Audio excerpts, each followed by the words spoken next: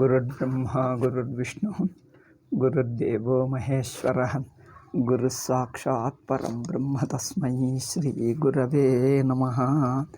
After a long time, anyway, I am resuming Gita talks.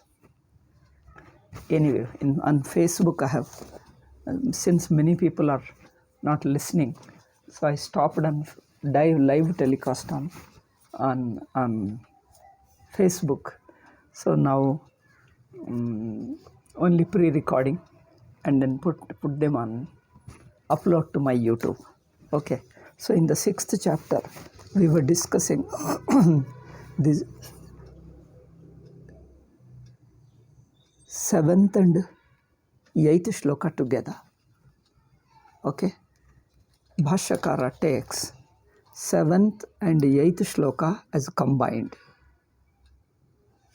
7th and 8th shloka put together.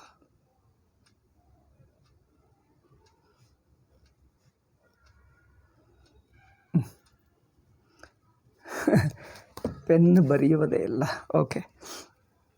Now let us say Gita. Jitatmana prashantasya.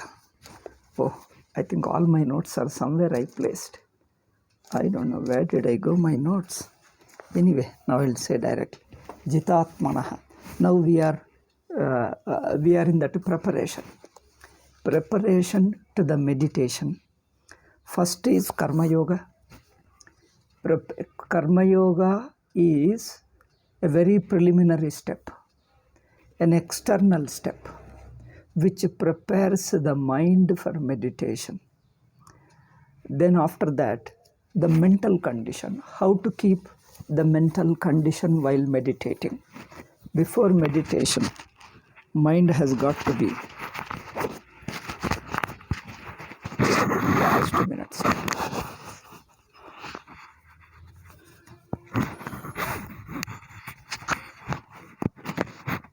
Yeah.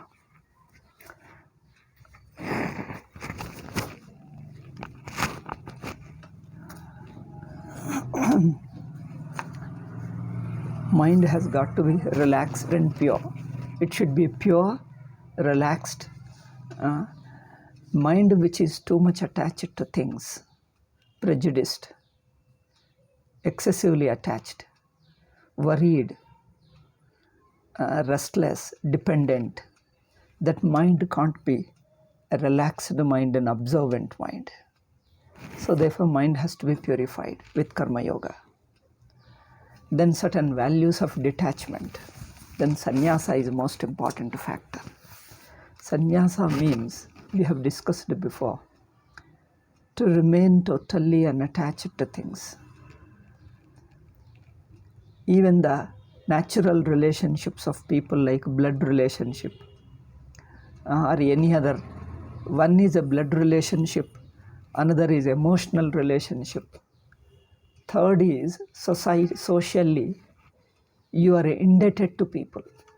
Those have helped you when you are in trouble. Those have helped you, those have harmed you. Two types of people are there. Those who have helped you when you are really in trouble, greatly needed them. And there are some people who have really tortured you, exploited you, seeing your helplessness. So these situations deeply hurt us, and then we get related to them. Means you become too much indebted to them or too much attached to them. Our language, our nation, our sampradaya and guru. Sometimes see in that religious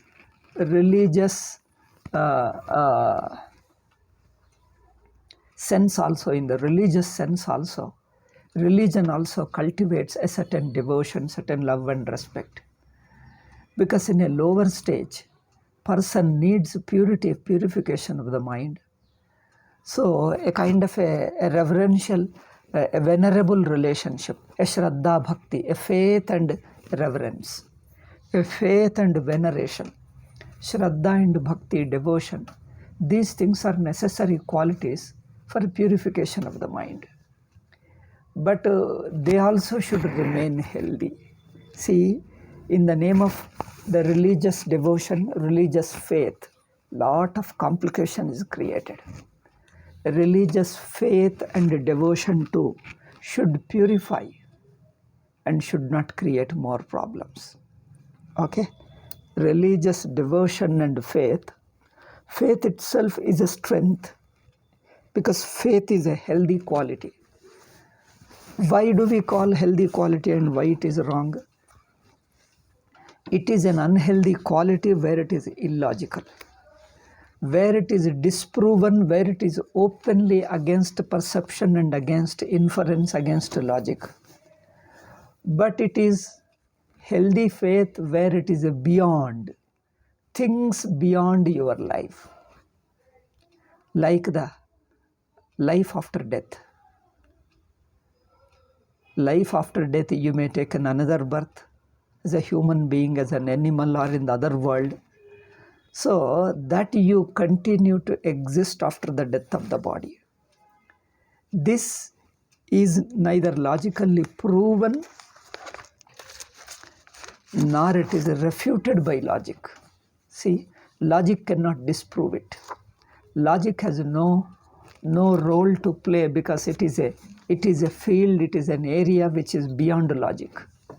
Logic comes and just stops without telling anything. We don't know what it is. Here we have to note, it should be beyond logic and it can't be illogical. Now, there are some religions or some beliefs of the people. They hold certain very illogical ideas about the life after death. Very illogical. So, in the name of the faith, they allow the wild imaginations. Wild imagination which is illogical. So, it is beyond logic only means that it cannot be directly, independently proven by logic. It cannot be inferred, but it is logically tenable. It should be logically tenable. What kind of life you live, depending upon what kind of life you live now. Your present state of mind, your living, the values, the purity of mind, the relationship, this determines the future life. Then it is logical. Otherwise, present life can be anything and you will go to eternal heaven. This is too illogical. It's a wild imagination.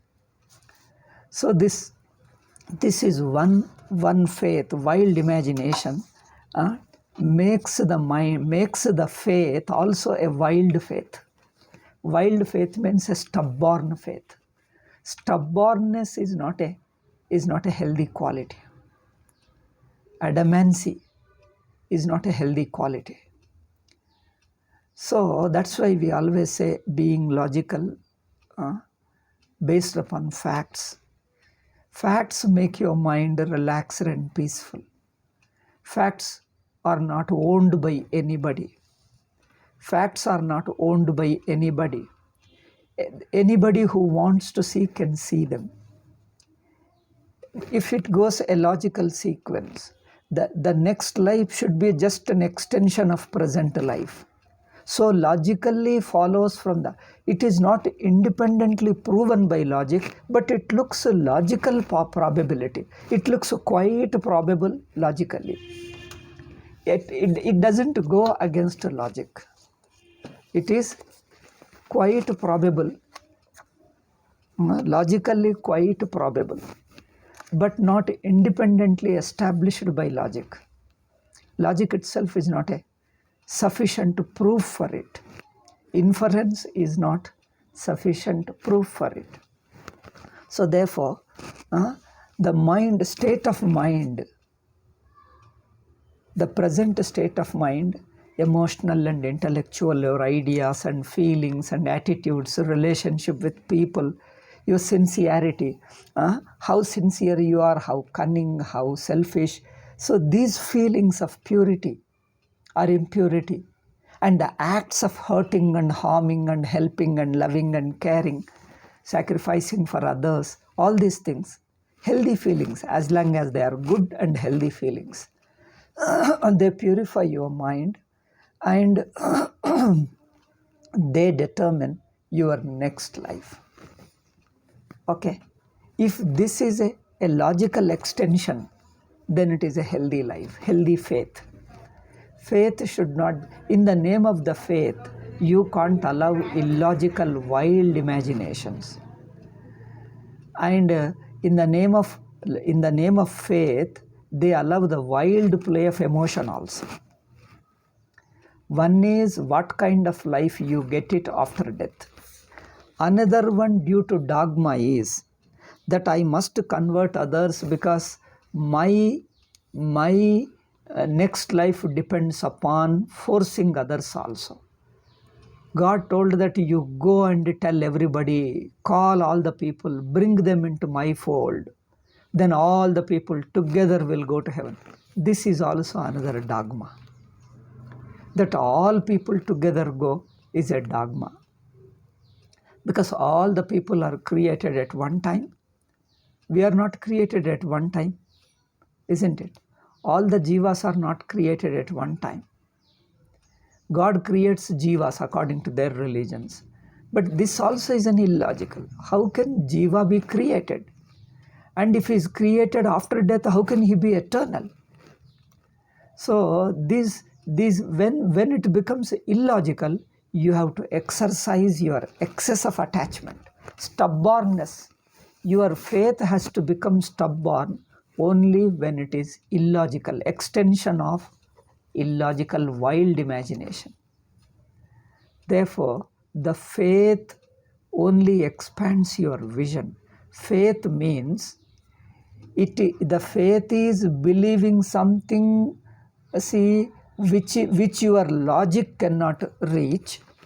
Logic cannot reach, but that idea is quite probable and completes the present experience. Present experience looks incomplete and illogical. The present life which we are living, looks incomplete. So somewhere something is missing factor, only with whose help it looks very harmonious and logically reasonable. It looks reasonable. So when you see one part of it, and it looks very unreasonable and incomplete, when you bring the remaining part, then it fits in. The other part to it, then it becomes a quite whole and quite acceptable. Like that. So the other one is a complementary. It completes it. It completes the circle. So the talk of other world and the previous Janma and later Janma and the nature of the life after death should be in keeping with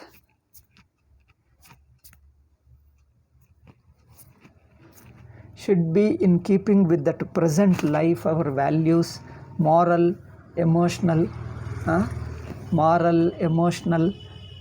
ethical, this life. The next life is in keeping with the present life, which is quite reasonable. Okay, so the faith is only in keeping with reason. It can't reject reason and become wild. And human mind cannot accept an idea which is wild imagination. And that too quite opposite to logic. It looks very eccentric and also cruel. Some people believe the idea of God, his activities of God, his ideas of God, which are quite not only illogical but very persecutory, hateful, cruel and devilish.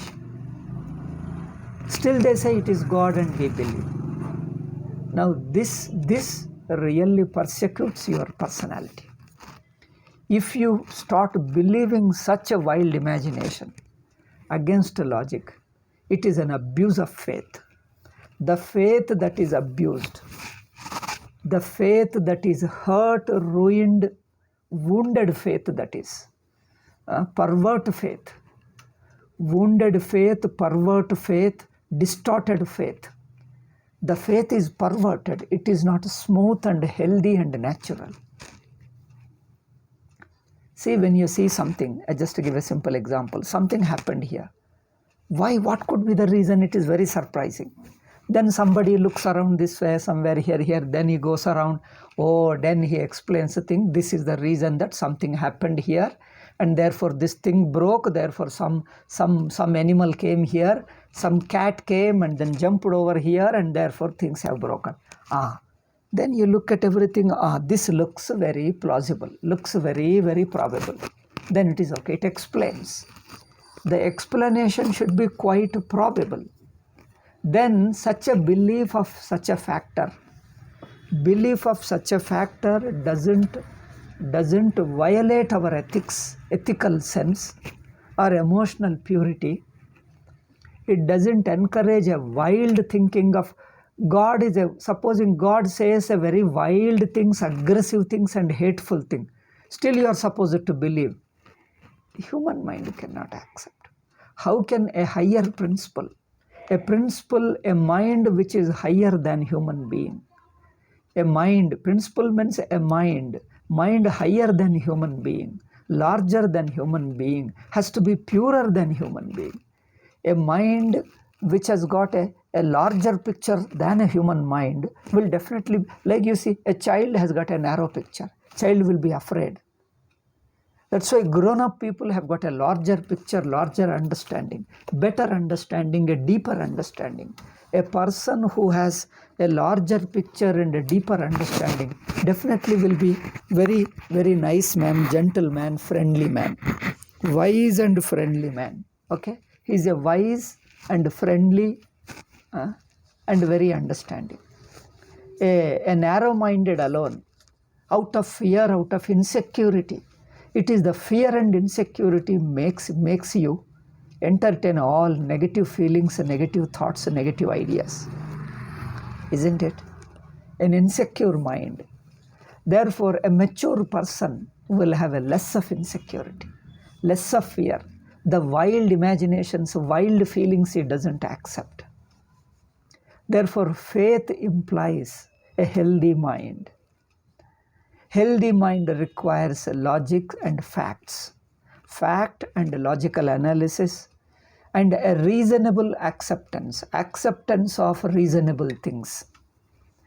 Should not be totally unreasonable, wild, and so the emotions are balanced. Thoughts are also reasonable. It should be like that. Then only we call it a healthy faith. Devotion also. Devotion should be sublimating our instinctive sentiments, instinctive feelings. Our instinctive feelings, you see, child has got a fear, insecurity, worry, excess of emotional attachment. If the mother just moves a little bit away, baby cries because emotional dependency. But these emotions have to be sublimated, purified. Devotion means purification and sublimation of instinctive emotions. Impulses are purified, straightened. Okay? They are purified, straightened, and you become a healthy personality. So the faith and the devotion should be a healthy one, a positive one. That is real devotion, real faith. This really purifies a person. But in the name of religion, this faith and devotion has been persecuted. I don't know how to use the word persecuted. Is it persecuted or is it deeply hurt, distorted, not even distorted, manipulated, pressurized, overstretched, pressurized feelings and thoughts, overstretched,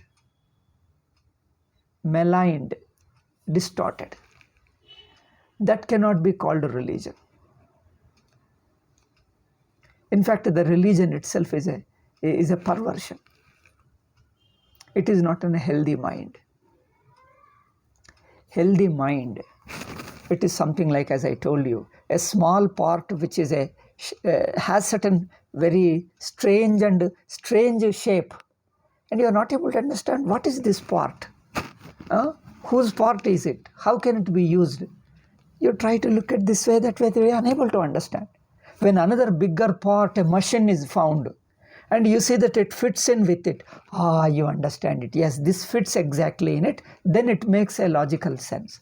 Like that, your human life, human relationships, your problems, frustrations, desires, all these things should find a healthy explanation. They fit in a healthy way from a larger picture of life, a larger understanding of life, larger vision of life, larger view of life. So when you give a larger view of life in which these individual things, without forcing, not forcibly explained, the explanation should not be very forcible explanation. It should be a naturally reasonable explanation. Okay? Not a forced explanation. A natural, reasonably explained. Then that is called a larger vision. That larger vision is a Shastriya Drishti. Shastriya Drishti. Okay? And it is, feelings are also healthy feelings. Your emotions of fear, insecurity, love will not be too much of excess of attachment, possessiveness. It will be a healthy love. You neither possess others nor you feel excessively attached to people. Nor you try to possess the people and control them. You don't control them, you love them. The love gives you freedom. Whom you love also, you don't try to possess and control and then persecute them. You give them freedom. More you love, more you give them freedom. It is such a spontaneous. The love becomes a natural, positive and spontaneous. More and more you become spontaneous, more your love is natural love. It's not an unnatural, forced love. A kind of a obsessive love, obsessed love. Loving relationships or attachment is obsession. Obsessed it is. Because the mind is perverted. Pervert mind possesses, you can see them, the difference between a natural, spontaneous love and also a little distorted love. Pressurized love. They emotionally pressure. You feel an emotional pressure and then you are related to some person for a few days, then you possess them, then you are afraid if you want to go away from the person, or the person goes away, or for a while, for a few days, or a person, whatever different relationship, you feel deeply hurt, you can't bear the separation, and you start behaving all funny way, in a very strange way you behave. That means you are deeply hurt, deeply feel insecure. So neither fear nor insecure, nor controlling nor pressurizing, but a natural, spontaneous love. That love gives you freedom. At the same time, love is a beautiful thing. You love a person, and that love gives a freedom to the person. It inspires him, not pressurizes him. It inspires the other person. The natural love, spontaneous love, inspires the other person. Okay? So that way you have to sublimate the negative emotions. So this faith requires a larger vision of life. So this larger vision, larger view is called the Shastra. Shastra knowledge, religious knowledge, gives you a larger picture of life in which the present life fits in. Otherwise, many things look very inexplicable. Unexplained, many hurts and guilt and persecutions, many things we are hurt, we have lost, a lot of injustices happen. Hurt physically, we feel the pain, no explanation is possible. And then, so we keep on defending some things, but some explanations given by certain religious people look highly forced explanations. They don't look like natural and reasonable explanations. They look like forced explanations. They are ignoring my feelings, or somehow defending that if you are hurt, okay, it is good for you. It looks that when I am hurt and it is good for me, what kind of feeling is it? When you suffer, you say, Jesus loves you, he is kissing you. One small boy is suffering. When he is suffering, you give him some medicine. And instead of that, you say what he is thinking. Oh, Jesus is kissing you. Understand? And that boy says that, tell Jesus not to kiss me, I am so much persecuted, I am suffering so much with his kisses. You call him, he's kissing you, and then you suffer so much. What kind of kissing is it? This looks very forced explanations. So the religion got a bad name because of these religions who give very illogical, forced explanations. And neither they give you, convince you with many injustices, many illogical things. We don't know why things are happening. And emotionally, you are deeply hurt. You continue to be insecure, under fear, worry. And it doesn't make you spontaneous, natural, and free. Emotions are like this. Actions are also highly discouraged. You don't feel inspired. You are overdoing. Some people service in the name of God. Even that service looks that artificial. Artificial service, trying to manipulate people, control people. Conversion seems to be a religious step, but that again is a forcing, controlling, manipulating. It's visible. Telling lies, offering temptations and forcing people to do. All these things are unnaturally forced things. They are not natural. So actions are unnatural and forced. Feelings are unnatural, forced. And belief, the faith also, you are supposed to believe certain things which are illogical, but you are forced to accept because out of fear and insecurity. Because insecurity is there, fear is there, you believe them and accept. Otherwise, there is no way. God will threaten you with punishment. See, you play over the emotion of a people. People are afraid, what will happen to me after my death? Yes, God will send you to hell. Then that hell frightens you. You start accepting without questioning. God is everything. God is superior. You can't question him. You must accept whatever he says. You can't understand anything. Whatever he says, you must accept it. Don't question illogical. Yes, you must accept. So this kind of a forced acceptance, forced faith, forced emotions, all this is very unnatural. So the purification involves a natural faith, a healthy faith, natural emotions. Emotions have to be sublimated, purified, broadened. And in fact, you enjoy the emotion and you feel more and free. And your emotion of love and sympathy also doesn't pressurize others, doesn't make them what you call too much of indebted. In fact, if you help somebody, that fellow also lovingly expresses gratitude. The gratitude should elevate him. If he receives some help from me, he should feel very grateful to me. And in that gratitude, he should feel more inspired, more natural, more spontaneous, more free. The indebtedness should not make him feel guilty or feel that he is hurt that I am indebted to him. It should not rob his freedom and spontaneity. The indebtedness should not make him obliged, forced obligation.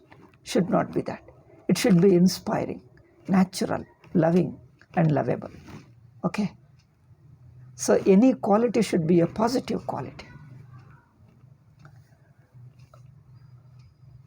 So all our emotions have to be purified, sublimated. So the faith, reason, devotion, and actions. Actions should be naturally healthy and lovable actions. I help others. My helping doesn't pressurize them, doesn't manipulate them, doesn't attract them, tempt them, and entrap them. You can see them like businessmen give advertisement and trap you. And similarly, religions give you that logic, this logic, give you false propaganda, tempt you, and you are in a helpless condition and then pressurize you, hurt your feelings, mold your feelings in another way and trap you. So these religions have got a very bad name because it is a politics as well as imperialism, colonization it is, and also business it is. It is a trade, unhealthy trade, exploitative trade, and exploitative imperialism. Playing over your emotions. They trap you, brainwash you. That's why religion got bad name, because of these two religions, two global religions. Hinduism is also becoming global religion these days now. In the last few decades, it has become very, very popular all over the world. So it's very unhealthy.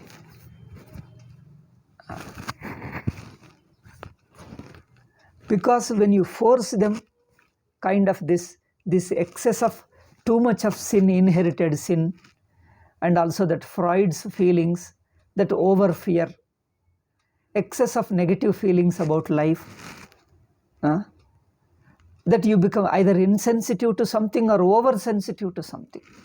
You become over guilty. You feel guilty for every small thing. Where any natural feelings, natural thoughts, natural desires also you feel guilty. Now this is a forced explanation, unnatural explanation. Okay.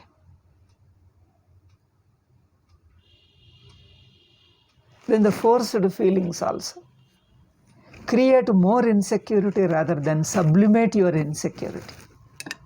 The feeling of insecurity has to be sublimated. You have to feel healthy and natural. Instead of that, they use your insecurity and give some idea, and there is no alternative idea, no alternative explanation. They don't allow you. They ban you so that you get stuck to those ideas. And the exploitation also looks natural to you. Otherwise, there is no other help. There is no other help. Therefore, this exploitation alone you accept as natural, because there is no other way. It can't be religion. Okay. So the forgiveness should be natural. It should not be a forced one. It should not be a pressurizing on others. The very thought of religion, in fact, the European intellectuals, atheists, most of them are atheist alone. European or even Western, say from India we call everything West only. Europe or even West, everything is West only. So let me call all Europe and West put together as West alone from Indian standpoint. The Western things are forced things. Therefore, the Western intellectuals, they have become leftists or atheistic. They just ruthlessly criticized all this religion. And in the name of criticism, they just thrown away all faith, all devotion. They couldn't see the healthy faith and healthy devotion. Because there is no alternative. Hinduism has not spread around. Hinduism has not spread around to tell them what is the healthy version of the faith, healthy devotion, healthy bhakti. Hindus are too smug in these things, too complacent, too careless to go and teach others. Or at least when they come in search of it on their own also, they don't teach. That's again because of the missionaries come and take our knowledge and misinterpret them. Therefore, Hindus have become afraid that any foreigner comes to some of the people. We suspect them whether are they real disciples, real sincerely seekers, or they again coming here to manipulate. Because one thing is they have got money. And there is a lot of poverty in India, they offer you money. Or they offer other temptations, something else. And Hindus fall for it. And this give away all their knowledge and explanation to somebody. They take them, use them, and then something else. Again, they distort. So there are sincere, good people, foreigners coming to India. Some people are sincere seekers of truth, sincere students of religion. Religion means in the sense Hinduism says, not in that religion. In a healthy religion, which is a Vedantic religion. The feelings and thoughts and faith is based upon Vedantic understanding. So such a religion. There are some people with great difficulty, spending money with all hard work, coming to India and learning sincerely. And some people are very sincere, want to learn but unable to come due to various factors, economic and health and other family factors. They are dependent on many things, or they are supporting their family and helping, coming to such a distance to India. And language problem also. India knows English, we don't know any French and other. In fact, we should have created healthy traditional acharyas experts in French, German, Spanish, and certain other foreign languages, at least 5 or 7 foreign languages. We should have. It is not that difficult these days. You can teach them. Let him work hard for 2 years. He will get a good acharyas who are capable of teaching Vedanta and our values and bhakti and faith and all those things. We should have created good acharyas. We should have taught them languages, these 4 or 5 languages, and also make special facility either for them to come here or these acharyas themselves go abroad and teach them.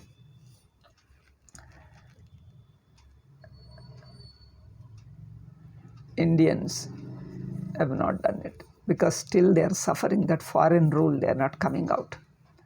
Still that subconscious mind, something is holding them. That healthy feeling is not coming out. They are following and protecting their religion and following, understanding. There is little bit distortion also even among the Hindus because of this foreign effect. A little bit of distortion, not everywhere, but partly. You can see them, some of the westernized English medium Swamis have brought lot of other ideas of Islamic Christian ideas. Instead of healthy Vedantic ideas, they mix up with a lot of other ideas. Anyway, leaving them, there are sincerely traditional people, those who know the traditional people, and more languages should be taught to them. Because we don't have any facility to learn French and other languages, French, Spanish, German, I don't know, whichever languages are more popular in the West, Europe and West. There's at least 5 or 6 languages, I feel. There should be more facilities, and we can learn our people and can teach them, so you can reach them, isn't it? And for want of these things, only 2 options. Either you have to accept that Islamic Christianity is dogmatic ideas, unhealthy feelings, forced feelings of faith, forced feeling of faith or devotion. Then if you don't like them, you are too intellectual, you find many illogicalities and forced feelings, forced explanation, then you rebel against them, say that all this is nonsense. Either you become atheistic or you become fanatic, fundamentalist, bigoted. Either become fanatic or you become atheistic. That's why you see them too much. Intellectual leftists are atheistic. I see certain Bertrand Russell and etc. But they talk logically. I thought that they are good intellectuals. Later they say they are atheistic. Ayyo Rama. I say when they are talking very logically, why should they be atheistic? In India we wonder. When a person is talking logically and a good and healthy person, in fact we feel he must be Vedantin. In India we feel that a person who talks very logically and very balanced thinking, not forced explanations, everything balanced, then we feel he must be Vedantin.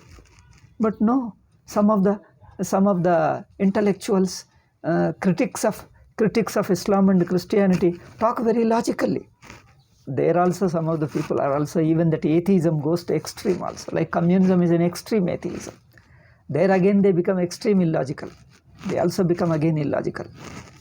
Now I'm not talking of those another extreme, but some of the atheists are reasonable, but they don't get a healthy religion. That the right faith and sadhanas and diksha and then the japa, puja and whatever meditations, they just don't have. Either one fanaticism, that religion means dogma and fanatically accepting unquestioned, don't apply logic, or when applying logic, throw away all the religion, we just don't believe and atheism alone is great. Talk only just human values, human thing, only worldly thing, that's all. Worldly thing means you love only entertainment and then okay, you love entertainment and live worldly life and it's okay. You don't have any deeper life, a deeper life to it, a deeper understanding of life, the larger vision of life. That Vedanta or Vedanta based religion, upasanas, bhakti, karma, rituals, they are based upon Vedanta. Vedantic vision, Vedantic understanding. That would have been a healthy. Unfortunately, Hindus are losing even here. Their own next generations are not getting, because we are not making good educational, our own traditional schools, traditional educational institutions where we can teach our religion, Vedanta and all. And the Macaulay's education system, British education system is fast spreading, even now it is controlling. And our people criticize, some people feel frustrated, criticize, but they don't make alternative things. See the problem. Not only they have to educate their own Indians here, they should make provision for sincere seekers of truth. Sincere seekers of truth coming from abroad all over the world. In their languages, you can make them. Okay. Then I tell you, it will cater to the entire world. A healthy religion. Vedanta and healthy religion. Then people have options. If our purpose is to provide in the society that there is such an option, there is such a chance. Those who want to learn can learn. Those who don't want to, no forcing. Because by forcing, you can't make a person Vedantin. You can't make a healthy person by forcing. Again, very forcing spoils a person.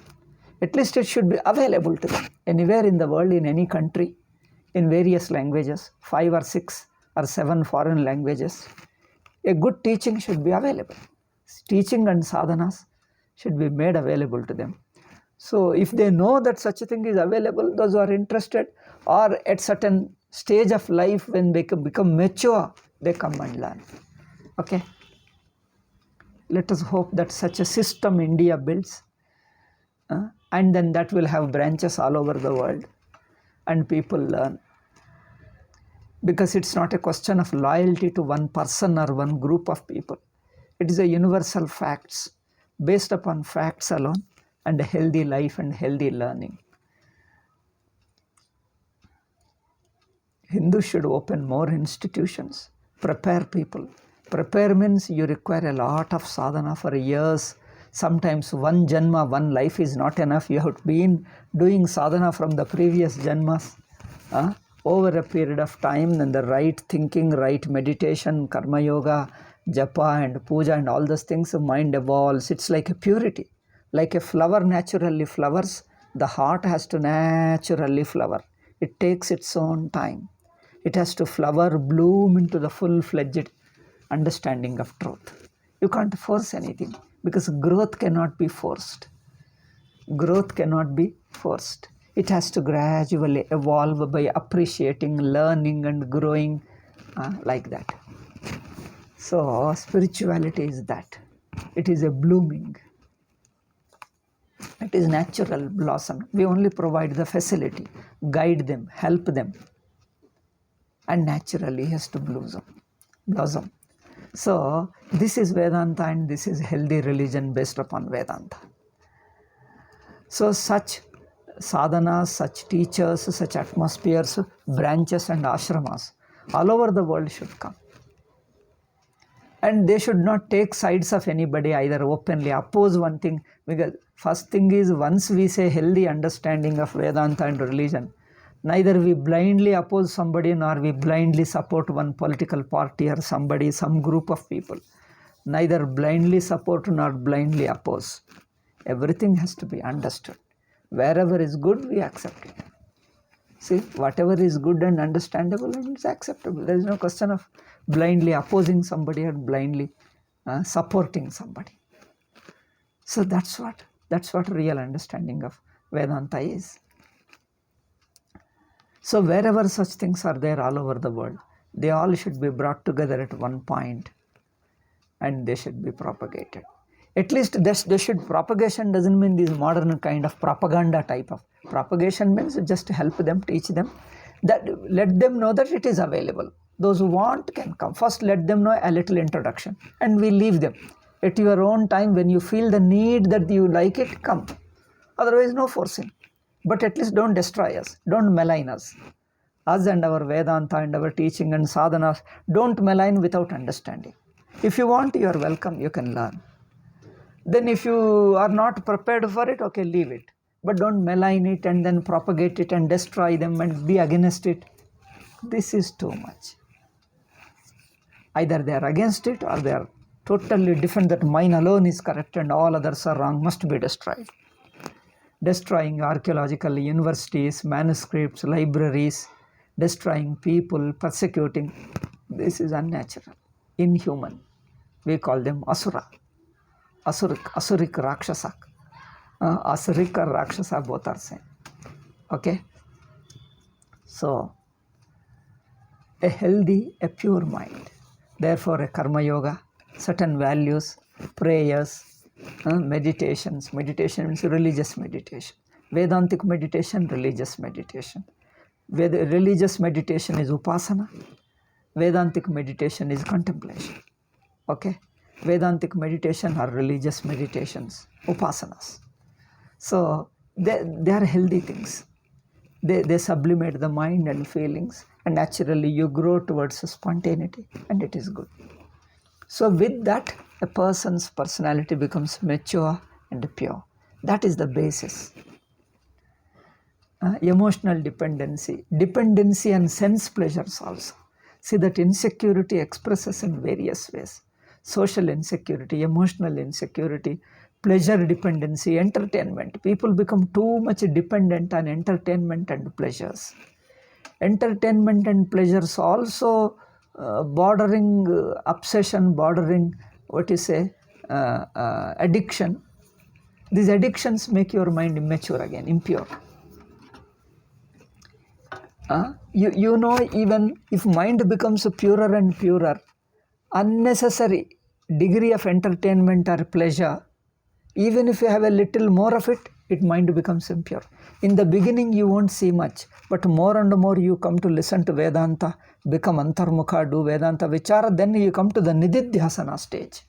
That is a Vedantic meditation stage. Mind becomes highly sensitive. At least at that level, you have to give up completely pleasures, all kinds of pleasures.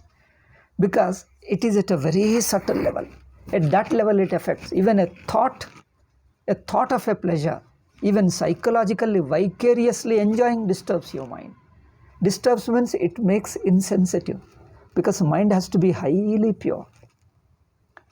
So at least in meditation level, when you come to that level, even a vicarious enjoyment should be stopped. Then mind becomes really pure, very healthy, very natural, very spontaneous. Because even vicarious enjoyment means some kind of a dependency, some kind of a possessiveness, dependency. The dependency makes the mind blunt. Blunt means insensitive. That sensitivity, natural contemplation will get blocked. Because an experiential pleasure, an experience of a pleasure makes the mind blunt. That observing mind, that awareness becomes blunt. Awareness will not be there. Therefore, at least even if you have certain entertainments and pleasures before, at least when you come to the meditation level, one has to give up totally. And it become to just a baby's life, a natural child, 2 years old child, you see how naturally lives, not addicted to anything. So that kind of purity is required for the meditation. Okay, I am just summarizing the last 6-7 shlokas. So at that level, still he is talking about the state of mind, how the personality should be groomed, should be blossomed, should be prepared to be able to do meditation. We have not started meditation, but before meditation, I think, did we discuss these things? Asana? Oh, I think, no, we have not discussed the asana. Sitting posture we have not done, I think. Only I think we are stuck only 7th and 8th mantra. I think so many months passed, maybe more than 6 months. Anyway, due to various reasons, ill health and other things. Now we'll continue Gita, at least weekly 1 class. Okay, today it is only just a 40-50 minutes. We will deal with it in the next class. Om Shanti Shanti Shanti. Hari Om Shri Gurubhyo Namaha. Harihi Om Tatsat. So 7th and 8th we are discussing. So at the sense organ level, at the mind level, at the intellect level, how at the different levels mind has to be held. Even intellectual ideas and ideologies and ideas, ideals and ideologies also should not be forced ideas, imposed ideas. Emotions should not be imposed and forced. Even the actions also, the sense organs dealing also should not be forced and addicted to something. Sense organs also should live naturally. Therefore, the behavior. First is behavior, then sense organs, then emotions, then thoughts. These 4 levels, you have to be a natural and healthy person. This requires a total vision of life and understanding of life. Okay? This I told it. About these things, the same topic in the 7th and 8th shlokas put together. 6th chapter, 7th and 8th shloka we were discussing. We are in the somewhere in the middle of it. I think 7th shloka ended and 8th shloka started. Somewhere we are in that Jnana Vijnana Truptatma.